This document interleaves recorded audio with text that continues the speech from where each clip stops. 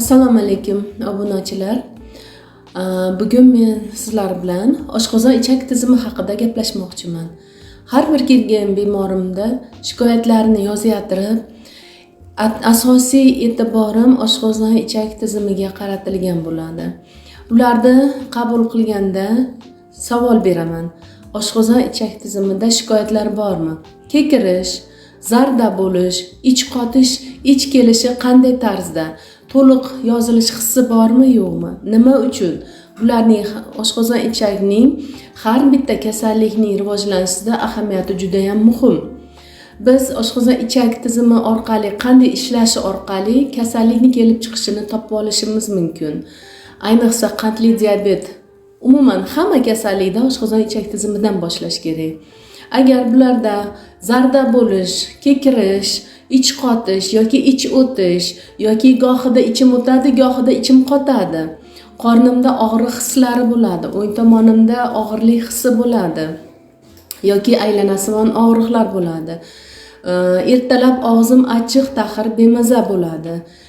Kabi shu shikoyatlar bo'ladigan bo'lsa, eng avvalo ishimizni oshqozon ichakdan boshlashimiz kerak.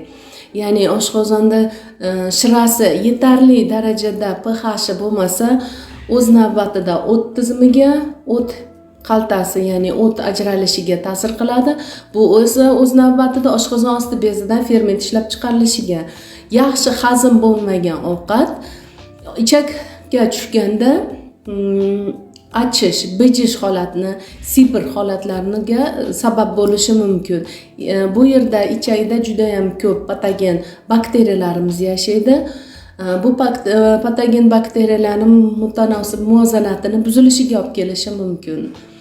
Shuning uchun har bir inson avvalo o'zini eshitish kerak. Ovqat yeganda qanday holatda holsizlik bo'ladimi yoki bu sizga energiya beradimi?